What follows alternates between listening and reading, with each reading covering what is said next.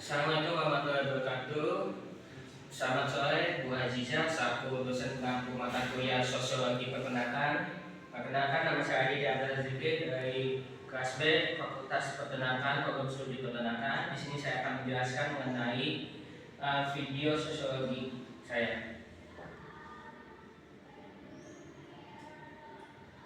Nah, di sini ada topik yang akan dibahas, pertama dari penjelasan berita yang saya dapat, lalu analisis masalah, solusi untuk masalah tersebut, hubungan masalah yang terjadi, sumber-sumber komunikasi, kultur universe, hubungan masalah dengan kultur universe, stratifikasi sosial, hubungan stratifikasi sosial, dan tentu ada kesimpulan dan bacaan yang didapat dari mata kuliah ini.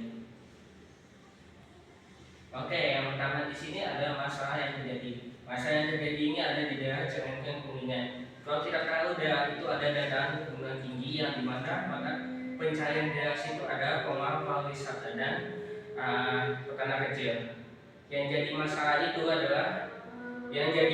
itu adalah para peternak ini membuang limbah hewan ternak mereka itu ke aliran air atau sungai yang menyebabkan warga kesusahan mendapatkan air yang bersih dan pariwisata yang mengalami penurunan karena kurangnya pemasukan yang datang dari para wisatawan. Lalu seperti yang tadi saya bilang, bahwasanya masalah yang terjadinya adalah karena peternak membuang limbah ke aliran air sehingga menyebabkan air menjadi kotor dan tercemar. Oleh sebab itu, warga pun akhirnya memprotes akan hal tersebut, tetapi para peternak tetap tidak mendengarkannya. Dan akhirnya mereka memberitahukannya kepada kepala daerah setempat, tapi tetap juga tidak didengarkan. Akhirnya kepada melapor hal ini kepada gubernur daerah tersebut, dan gubernur bersama aparat berusaha menertibkan dan memaksa para peternak untuk bertanggung jawab atas hal tersebut. Nah, di sini ada gambaran bagaimana hal itu terjadi. Pertama, ini dimulai dari para peternak. Masalah di sini ada para peternak. Jadi para peternak membuat masalah, lalu warga memprotes hal tersebut. Habis warga memprotes hal tersebut, wisatawan memprotes karena bahwasanya mereka mengharapkan pemandangan yang indah, tapi alih-alih mendapatkan pemandangan indah malah mendapatkan pemandangan yang tidak sedap dan bau. Akhirnya wisatawan memprotes kepada pengelola wisata, yang mana pengelola wisata itu ada warga sekitar juga, dan akhirnya warga sekitar melapor pada protes kepada para peternak, dan tapi tidak didengarkan. Akhirnya pada protes kepada pemerintah di sini adalah gubernur daerah tersebut. Lalu pemerintah menindak para peternak yang membuang sampah sembarangan atau limbah hewan ternaknya. Nah, komunikasi itu ada 5. Yang pertama itu ada source atau sumber, message atau pesan yang disampaikan, channel itu ada orang yang memberitahukan hal tersebut atau berita. Terus yang keempat itu ada receiver atau penerima keluh kesah dari message ini. Yang terakhir adalah efek. Nah, perlu kita ketahui bahwasanya source atau sumber dari masalah ini adalah para peternak yang membuang limbah mereka sembarangan. Lalu pesan yang disampaikan adalah warga memprotes tindakan para peternak, meminta mereka bertanggung jawab atas tindakan yang mereka lakukan. Channelnya ini ada media atau para reporter yang meliput berita ini. Lalu receiver ini ada pemerintah yang melihat berita ini mengenai tentang masalah yang disebabkan oleh para peternak. Lalu efeknya adalah pemerintah menyuruh dan meminta para peternak untuk bertanggung jawab atas tindakan mereka. Tetapi akhirnya para peternak di sini bisa mengolah limbah dan bertanggung jawab atas tindakan mereka melalui para penyuluh yang dikirim oleh pemerintah. Lalu di sini ada kultur universe. Kultur universe sendiri ada unsur-unsur kebudayaan umum yang dimiliki setiap masyarakat. Di antaranya terdapat 7. Yang pertama itu tanda dan kelengkapan hidup manusia, mata pencaharian dan sistem ekonomi. Yang ketiga ada sistem kemasyarakatan, bahasa, kesenian, sistem pengetahuan, dan yang terakhir ada religi atau agama. Nah, hubungan masalah dengan kultur universe yaitu 1. Mata pencaharian dan sistem ekonomi. Kan tadi seperti saya beritahukan bahwasanya peternak itu sebagai sumber penghasilan sebagian besar masyarakat yang tinggal di daerah pegunungan berprofesi sebagai peternak dan pemain tempat wisata.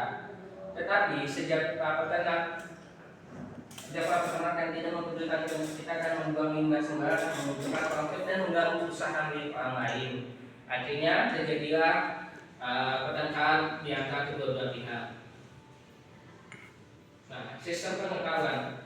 Karena kurangnya pengetahuan dan edukasi, para peternak dia tidak tahu bagaimana cara mengolah limbah mereka menjadi bahan yang bisa bernilai jual kembali dan mengambil cara yang paling mudah, yaitu membuangnya ke aliran sungai. Lalu yang ketiga itu ada peralatan dan kelengkapan hidup manusia. Kurangnya alat yang memadai untuk mengolah suatu limbah, tentu saja dibutuhkan teknik, dana, dan alat yang memadai agar proses tersebut dapat berjalan. Sayangnya dikarenakan keterbatasan alat dan kekurangan para peternak sehingga membuat mereka tidak bisa mengolah limbah yang ada dan akhirnya membuangnya sembarangan demi menjaga hewan ternak mereka tetap sehat. Nah, terus yang ketiga ada keluarga dan komunitas. Bisnis dulu ekonomi bisnis peternakan biasa diturunkan dari generasi ke generasi, sehingga jika terdapat penurunan dari kondisi hewan ternak akan sangat berdampak pada ekonomi keluarga, sehingga para peternak melakukan berbagai cara agar mereka dapat menjaga kesehatan dan kualitas hewan mereka, dan ekonomi mereka akan nilai jual dari hewan ternaknya tidak menurun. Yang kelima itu adalah hukum. Nah, hukum di sini itu kurang tegas. Dan karena kurangnya tegas, negara tersebut membuat para peternak bisa berbuat seenaknya atas limbah yang mereka punya dan tidak peduli akan lingkungan sekitar. Nah, di sini ada stratifikasi sosial. Di sini stratifikasi sosial itu dapat berbeda-beda artinya. Mulai dari stratifikasi sosial ada manusia, perbedaan manusia atau masyarakat dalam kedua kelas secara tingkat secara hierarkis. Terus yang kedua itu merupakan hasil kebiasaan hubungan yang teratur dan tersusun antar manusia. Yang ketiga adalah makin kompleks dan maju suatu masyarakat, semakin banyak lapisan dalam masyarakat tersebut. Nah, strata sosial masing-masing pihak. Yang pertama itu kelas bawah ataupun para peternak. Kenapa bisa dikatakan peternak? Karena peternak ini yang dikatakan bisnis bertepung dan ini bisnis kecil. Dan juga seperti yang saya sudah katakan di masa sebelumnya, bahwasanya para peternak ini kekurangan ilmu pengetahuan atau edukasi bagaimana caranya mengolah hewan ternak mereka, apalagi limbah mereka yang menumpuk, sehingga akhirnya mereka membuangnya ke aliran sungai, padahal itu bisa menjadi nilai jual kembali jika mereka mengolah dengan benar.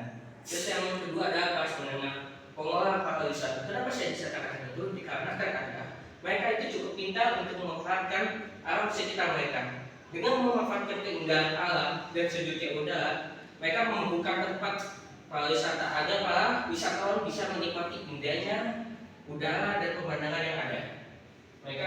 Maka saya menempatkan mereka di kelas menengah. Dan kelas atas ini yang ada pemerintah atau pemegang kekuasaan atau hukum.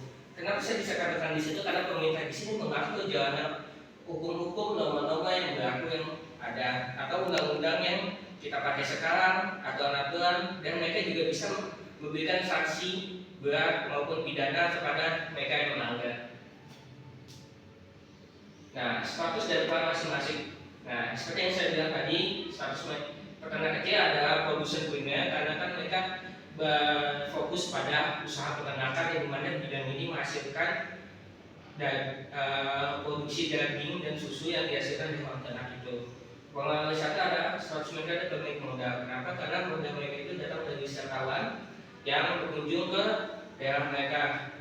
Terus yang ketiga adalah pemerintah. Pemerintah di sini memiliki status pengatur dan pengontrol utama dalam masalah ini, dan sebagai mereka itu mengayomi dan menjadi penengah antara kedua belah pihak yang berselisih. Nah, di sini ada solusi untuk masalah yang terjadi yang tadi sudah saya jelaskan. Salah satu masalah yang menurut ilmu sosial adalah yang pertama itu menekankan pentingnya norma dan aturan sosial dalam mengatur perilaku masyarakat, seperti bisa melalui peningkatan kesadaran kolektif dan mengatur negosiasi dan menjaga harmoni sosial supaya tidak diperlukan namanya kekerasan dalam hal ini dan bisa diselesaikan secara baik-baik. Hal yang kedua itu adalah memberikan edukasi serta cara terbaik untuk mengolah limbah menjadi bahan yang bisa dipakai kembali. seperti edukasi kamu menjadi pupuk siap pakai, preventif kamu menjadi tenaga biogas. Tentu saja hal ini bisa dilakukan dengan cara menyewa atau memanggil para penjuru agar mengajari para peternak bagaimana caranya mengolah limbah mereka, dan akhirnya sungai yang awalnya kotor bisa menjadi bersih kembali. Yang ketiga adalah dari pelayanan pemerintah sendiri. Nah, pelayanan pemerintah sendiri adalah menekankan kembali peraturan yang ada. Masalah ini juga bisa dipahami sebagai konflik antara kepentingan ekonomi peternak dan kebutuhan lingkungan.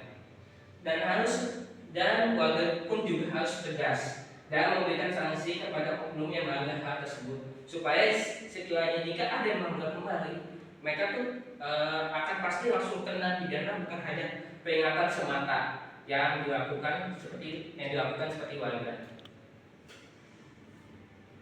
Nah, kalau kesimpulan dan pelajaran yang bisa didapat dari mata kuliah ini adalah secara keseluruhan ilmu sosiologi peternakan membantu memahami faktor sosial, budaya, mempengaruhi praktik peternakan, serta bagaimana peternakan berkontribusi pada kesejahteraan sosial dan ekonomi masyarakat. Sehingga jika nanti ada masalah dengan ini, alangkah baiknya kita bisa mencari jalan keluar secara baik-baik, membicarakannya, dan sehingga para pembuat masalah dan kita bisa mencari jalan tengah dan memberikan keuntungan kepada dua belah pihak, tidak hanya menggunakan kekerasan. Mungkin itu yang bisa saya sampaikan. Kurang lebihnya mohon maaf. Wassalamualaikum warahmatullahi wabarakatuh.